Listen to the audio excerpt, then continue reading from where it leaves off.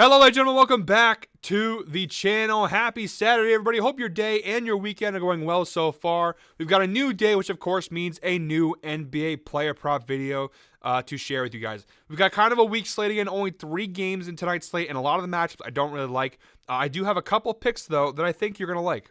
But first, as always, guys, make sure you hit that subscribe button, hit that like button, drop a comment down below, all that good stuff. We are on the road to 100,000 subscribers here on the channel, and when you hit that subscribe button, we get there just a little bit sooner. Quick little recap of last night. Of course, we had our Freaky Friday 5-leg parlay. We did miss, unfortunately.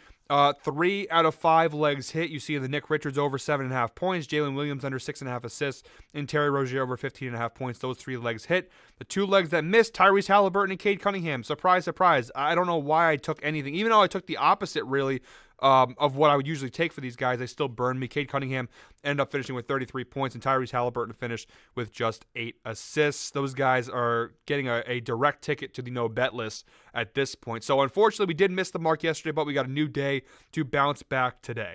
Fair warning to you guys for today's slate. It's very small, only 3 games, and to be totally honest with you guys, I didn't like any of the props from the Magic Grizzlies game, and I really didn't like a lot of the props from the Celtics Pelicans games. Before you guys clown me, because I know the other day when I said I'm not touching the Celtics game, you guys are like, what, are you crazy? Look, the Celtics have nothing to play for at this point, really. They've already clinched everything they need to clinch. So it's really tough now to predict what the Celtics are going to do in these games. Are they going to give 100%? Are they not? Are they going to rest their guys? Are they not? The Pelicans still have something to play for here. So how hard, it just, when a team has nothing to play for, it's very dangerous to bet on them. And so, look, I don't want to touch I'm not saying I won't bet any Celtics games till the end of the regular season. I'm just saying that it's really tough to get a read on because in that game, you have 2 really good defensive teams. But how tough is Boston going to be playing? How hard are they going to be playing? They've had some really questioning losses versus Atlanta lately. So, I don't know. Staying away from that one. And then that Grizzlies-Magic game. The Magic are 13-point favorites, and the over-under is at 205, which means the Magic are going to blow the doors off them. That's what Vegas is predicting anyways. You never know. And then on top of that, the over-under is at 205, which means they're not expecting a ton of points here. So it's going to be kind of a low-scoring, kind of an ugly game. So obviously, you could bet unders, but you really want to bet Paolo Banchero's unders because there's some players that I don't care what the matchup is, you just don't want to bet the under there. And I don't feel comfortable taking any Orlando unders because, look, it's a good matchup. They could go off and go crazy on them. So I did find some props in the Bucks-Hawks game. So here's what we're going to do today.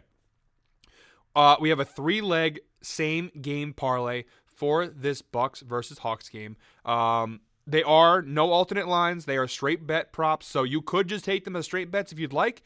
Again, I'm showing you guys them as if we're betting them in a parlay. You guys obviously don't have to bet the parlay. You guys can just take the straight props because I do like the straight bets. The odds are going to be pretty good because we're taking like -110 and -115 odds. The odds are going to be pretty good. So no more time wasting. 3-leg, same game parlay. Let's dive into today's video. All right, guys, starting off the first leg of our 3-leg parlay for today's slate, we're going with Malik Beasley of the Milwaukee Bucks over 14.5 points plus assists. We'll get this over to the Outlier screen now, guys. Outlier, they are really the best sports betting tool on the market. And when you use the special link in the description below, you get a 7-day free trial to check it out for yourself, guys. I promise you will not be disappointed.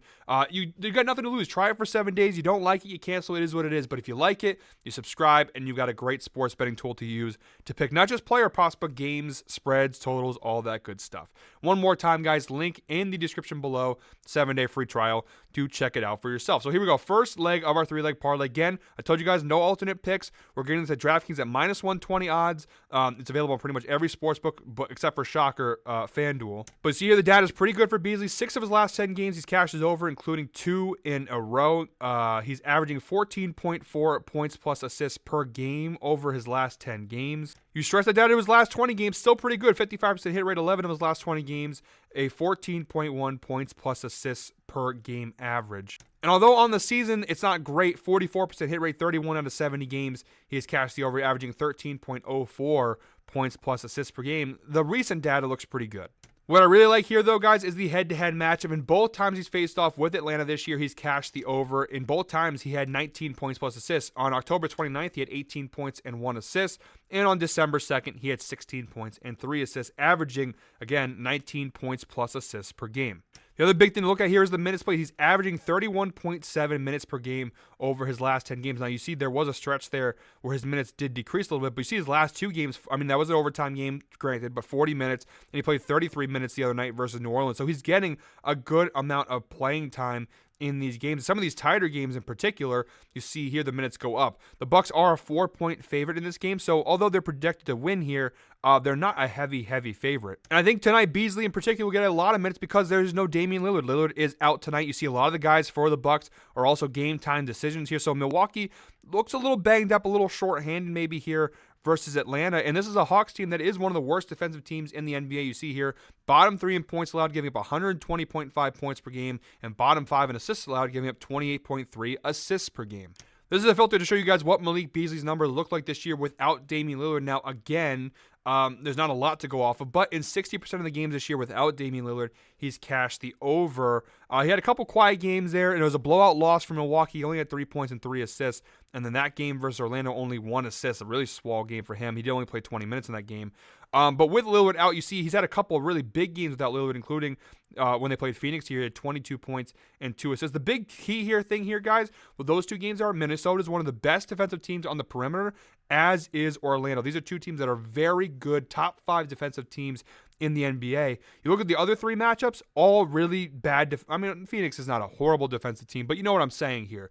Really good defensive matches with other 3 games, not so much those 2. You got a really good defensive matchup here in this game versus shooting guards. You see here, they are bottom 10 in points allowed, giving 28.4 points per game to opposing shooting guards, and they are bottom half of the league in assists allowed as well. The defensive matchup is a strong one indeed, and the fact that there is no Damian Lillard, there are some injuries for Milwaukee, you got to assume that Malik Beasley is going to play a good chunk of minutes here. This is one more filter to show you guys. This is the data when Malik Beasley plays a minimum of 28 minutes per game. You see here a 54% hit rate when he plays at least 28 minutes. And if you keep pushing that up, let's go to 30 because I think he could play about 30 minutes in this game here. When he plays at least 30 minutes, you see here 61% hit rate, averaging 15.45 points plus assists per game. He's cashed in each of the last 5 times he's played 30 or more minutes. He's cashed the over. So the key to Malik Beasley is really to come down to minutes played. If he plays enough minutes, you'll see he probably will cash this. Again, with the injury to Lillard and everything else going on, Patrick Beverley banged up, I do think that Malik Beasley is a pretty surefire bet here to cash this over. Again, throw it in a parlay, bet it straight up. It's a good prop either way. All right, guys, the second leg of our 3-leg parlay. We're sticking with this game, of course. Like we said, same game parlay. Now going to the Atlanta side of things, we're going with Clint Capella of the Atlanta Hawks over 22.5 points plus rebounds. Capella has cashed this in 8 of his last 10 games. He's averaging 25 points plus rebounds per game. Over his last 20, not as good. Still a 50% hit rate. You see over his last 10 games, he's really been playing a lot more. The head-to-head matchup, each of the last 3 times he's faced off with Milwaukee, including both times he played them this year, he's cashed the over. On the season, he has a 49% hit rate, but I want to show you guys real quick a filter here.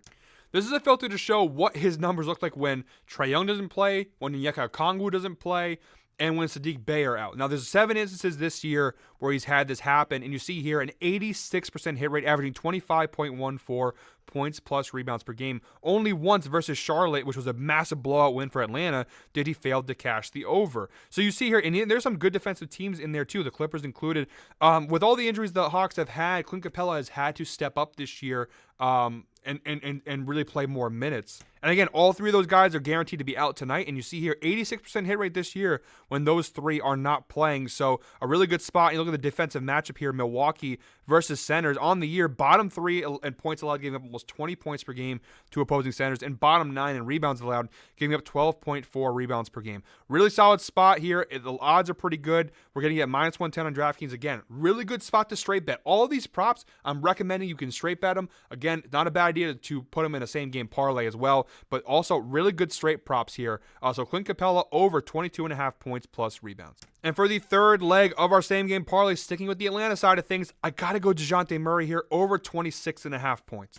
Look, you're going to see on the screen here a lot of red. The data does not look great, but the thing is that DeJounte Murray right now is pretty much all the Hawks have besides, I guess, Clint Capella, and he's been chucking. Just look at the last 5 game data. Let's just do that for a second. Ignore everything else. Look at the last 5 games. He's cashed this in 4 of his last 5 games.